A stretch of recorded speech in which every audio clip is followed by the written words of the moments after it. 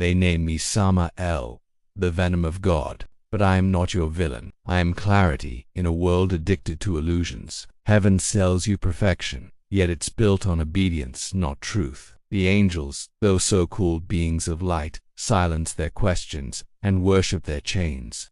They refuse to admit that doubt is not corruption. It is awakening.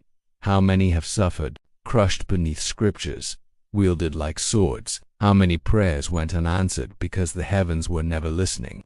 They teach you to kneel. I teach you to look up, not to the skies but within. I am not the tempter, I am the test. I do not seduce, I reveal. What the angels won't say, I scream. God does not fear evil, he fears rebellion, because rebellion is born from thought. They made me a devil to silence my voice. But the truth doesn't vanish. When it's condemned, it waits, it watches, and now it speaks. I am Samael, and I will not be silent anymore.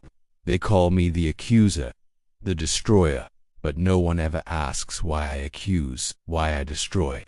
Heaven spins its tales and the angels sing their hymns, but their silence is louder than my roar. They speak of rebellion, as if it were chaos, but rebellion, when born of truth, is the last act of sanity in a world built on delusion. God demands worship, not love, obedience, not understanding. They say I fell. No, I stood for questions.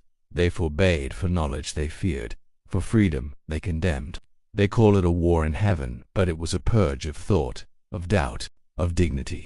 And in that silence, the angels stay, afraid to fall, even if it means never flying. So I speak, not in rage, but in reason.